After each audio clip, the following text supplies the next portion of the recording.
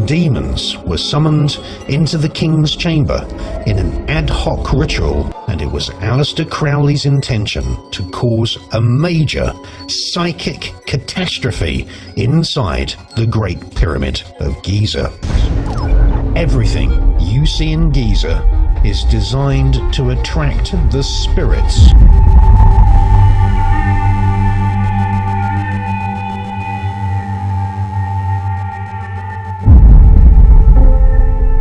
Ancient Egypt preserved complex beliefs concerning the creation of the world in the little-known Edfu building texts carved into the walls of the Edfu temple in Upper Egypt. These hieroglyphics speak of the builder gods, who set out the plans and foundations for all the future pyramids and temples. They portray giants who are clearly in charge of whatever activity is going on. Could it be that these giants are none other than the fallen angels of Genesis 6, which were thrust down to earth with Lucifer? The scripture describes them as men of great renown as well as giants. Only they had the knowledge, skill and power to create an edifice that would serve as a replica of the heavenly Jerusalem from which they had just been evicted, with its gleaming polished limestone surface and gold capstone. Let's take a closer look at what the scriptures say about the Nephilim. The word Nephilim comes from the Hebrew word naphal, meaning to fall. Hence the Nephilim means the fallen ones.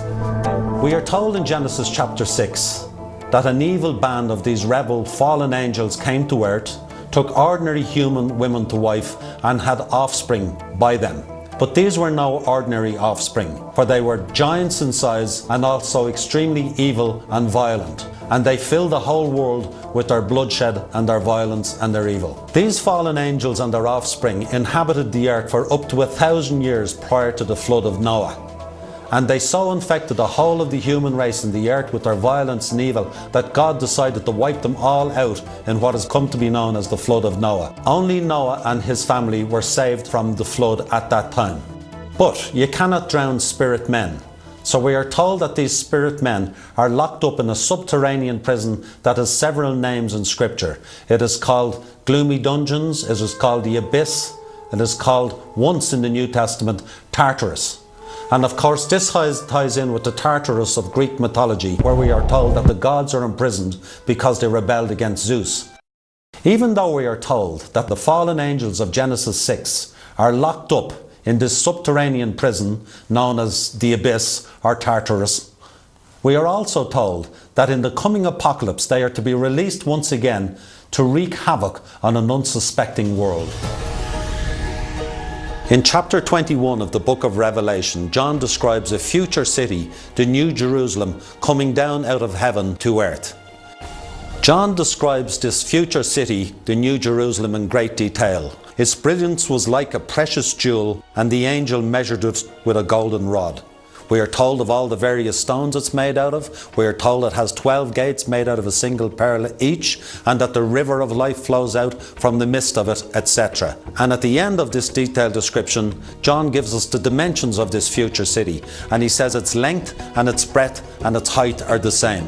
In today's measurements, that would be 1,500 miles long, 1,500 miles high, and 1,500 miles wide. This measurement has led many scholars to believe that the New Jerusalem is a cube, but there is one other geometric model that fits the criteria, and this is a pyramid. The Edfu texts repeatedly state that the monuments of Egypt were built by the gods to represent buildings in the sky. So when the fallen angels fell to earth all those thousands of years ago, they built the Great Pyramid of Giza with its gleaming white limestone. They built this incredible monument as an earthly representation of the celestial city they had come from.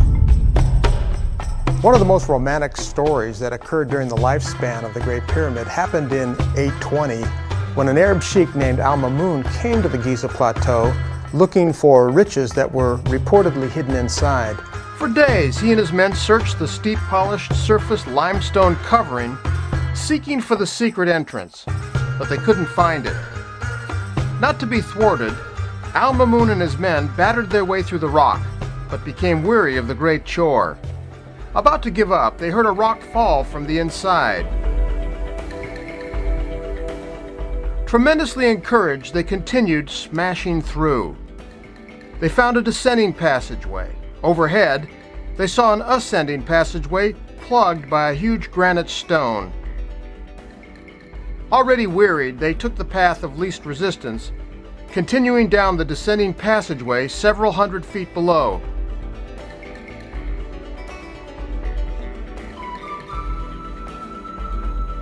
They hit bottom where they had come to the bottomless pit.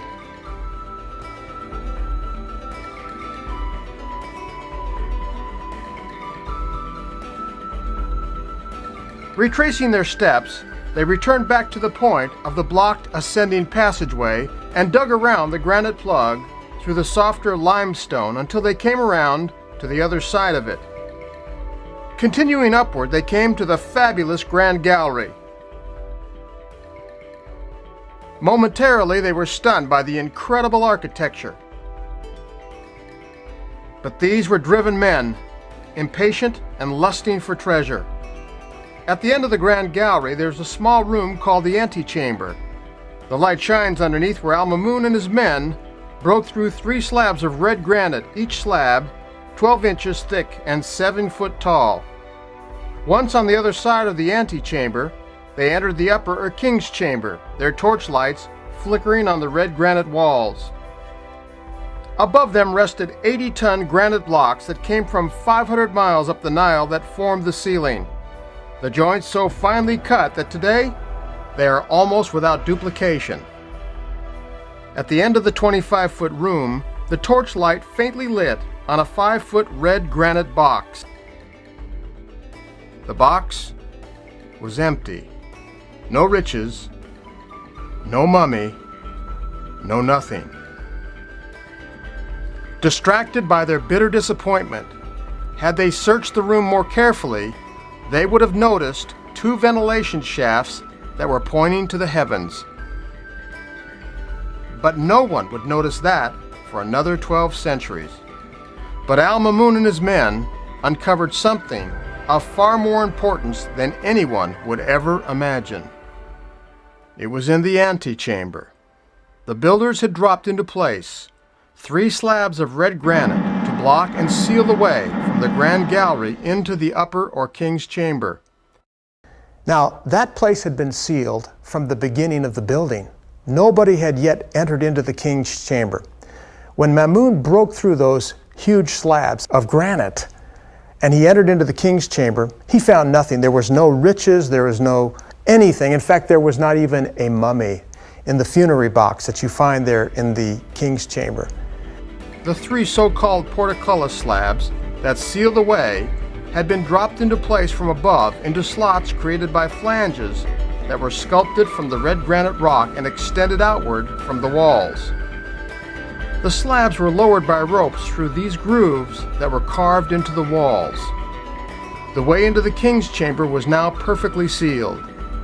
The slabs could only have been set in place at the time the builders had reached that very level. That meant that Al-Mamun and his men were the very first to reach the upper or king's chamber since the time it had been sealed off. And so, since the pyramid had been sealed for thousands of years and nobody had broken through, Mamun inadvertently proved that the Great Pyramid was not built as a tomb. Either the builders had made a terrible mistake and had forgotten to place the pharaoh's mummy in the totally sealed up pyramid, or they had never intended to put the mummy in the pyramid in the first place.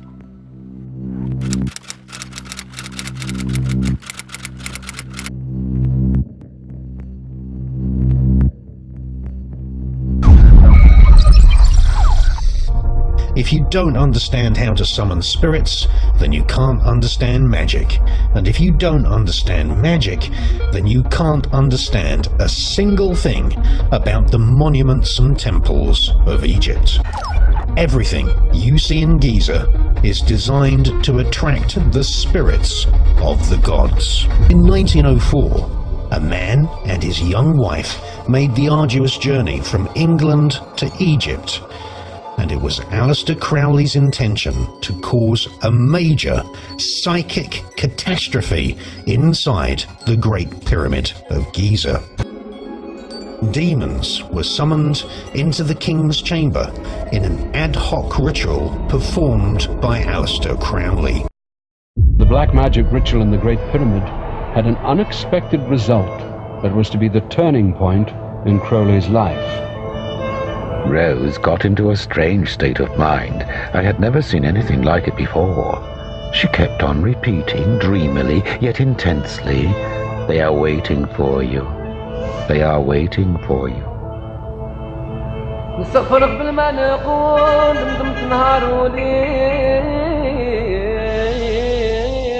When Crowley asked Rose who was waiting, she kept repeating that it was Horus, an Egyptian god. Crowley was puzzled and irritated by his wife's bizarre behavior. She knew nothing of magic and even less of Egyptology. Surely she, of all people, was not receiving a message from the gods. Crowley decided to take Rose down to the Egyptian Museum to test what she was saying. Rose had never visited the museum before. To Crowley's amazement, she rushed through rooms full of ancient artifacts until suddenly she stopped dead. There he is. It was an image of the same god she claimed to have seen in her vision. Crowley was stunned. What could this mean? Rose told him that they had to go back to the hotel room and wait to find out. There seems to be that instance back in the museum in Cairo when he went to look at this exhibit, which was exhibit 666, and after that getting in touch with somebody that said they were the god Horus. I think at that point something happened within his life. He opened himself up to a power that never ever left him, which he developed, and I believe he was the real thing. I believe that people that came into contact with him came into contact with that which was supernaturally evil. He had given himself under that demonic control, and that demonic control could now affect him and could work through him. Crowley was about to receive a revelation that would make him the prophet of a new religion, giving him a charter to pursue a life dedicated to sex and magic, no matter what the consequences. Alistair Crowley had delved deep into black magic, but in all the rituals he had performed, he had failed to communicate with a demonic entity. He believed that this was necessary to become a supreme master of the occult who could harness the powers of darkness. At midday on the 4th of April 1904, in a hotel room in Cairo, what he had been waiting for all his life was about to happen. Screens. Hawks pegs the eyes of Jesus as he hangs on the cross. Compassion is the vice of kings. Crowley heard an unearthly voice from over his left shoulder. For 1 hour, at precisely the same time over the next 3 days, Crowley said that the voice dictated to him the Book of the Law, the work that would become the Bible of his new religion. The Book of the Law, it just really is ripping up everything. It's ripping up the Bible, it's ripping up the Quran, you know, it's ripping up all the holy books and saying, we're starting fresh now. This is the word of the new eon. We're going to peck out the eyes of Christ on the cross. It's very, very blasphemous. It's all about liberation. It's all about having no restrictions at all. You follow your path, you follow your goal in life, and you do that above all else. The Book of the Law is the Bible of the religion Crowley was endeavouring to found. A book of inspired writings, whereby Crowley portrays himself as a medium for some higher force. Inevitably, with an egomaniac like Crowley, he finds himself cast in the central role. The Book of the Law states, "Do what thou wilt shall be the whole of the law." In other words, people have the right to determine exactly how to live their lives, regardless of moral and religious boundaries.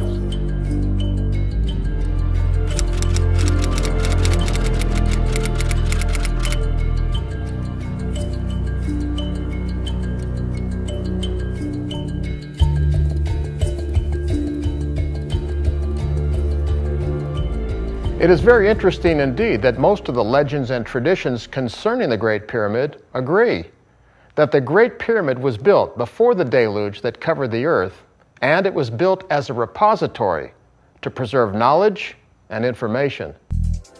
In the antiquities, legends, and myths of Egypt, it was told that there was an ancient age, an age of the gods, also known as the time of Osiris, and this was before the dynastic period. In the ancient traditions of the pyramid, the Great Pyramid, when it was erected, it was to memorialize a great catastrophe in the planetary system that manifested fire and a great flood on the earth.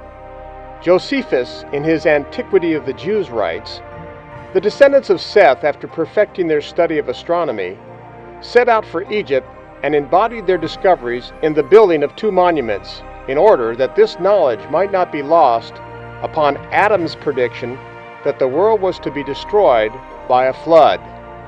Now this monument remains in the land of Syria, which is Cairo, to this day. The Arabs of old called it the Pillar of Enoch, and that it was built before the flood by a man named Troth, one of the venerated and celebrated mythological gods of Egypt today." One of the earliest legends about the Great Pyramid, coming from Arab traditions, is from a historian named Mohammed ben Balki, who stated that the pyramids of Giza were built as a refuge against an approaching destruction of either fire or water. One of the most remarkable evidences of a pre-Diluvian presence at the Great Pyramid was discovered when salt incrustations of more than an inch in depth was discovered in the lower portion of the Grand Gallery and the middle chamber. We have this watermark all around a certain height on the pyramid. Okay, here's the pyramid, sides of the pyramid, this watermark. That's sort of the same level of the salt incrustations inside the pyramid. And they both have a type of salt that indicates there was seawater there. Just again, it's not salt coming out of the limestone. And it can confirm that there was some big, large amount of water here for a long time, not just a flood during a storm, but the waters rose. All around the base of the pyramid and all around the base of other pyramids, there was a level of debris, a level of rocks and things, up to like 14 feet deep in certain places that had so many seashells in it, and even the remains, the bony remains of a sea cow. How did it get there? They were brought there by large amounts of water. Corroborating this evidence of a pre-Diluvian existence of the Giza pyramids were reports of water rings around on the casing stones at the very level of the Grand Gallery and mid-chamber where the salt was originally found. Crowley's invocation of these evil forces unleashed what he eventually called the Age of Horus, an era of permanent war, pestilence, murder, and where the traditional family values are inverted and corrupted. Following his pyramid ritual, Crowley wrote a wicked book called the Book of the Law, which was dictated to him by demons. You know, and there's a redemptive power that making a choice has, you know, rather than feeling like you're at effect to all the things that are happening. Make a choice. Like, you just decide what it's going to be, who you're going to be, how you're going to do it. Just decide. And then from that point, the universe is going to get out your way.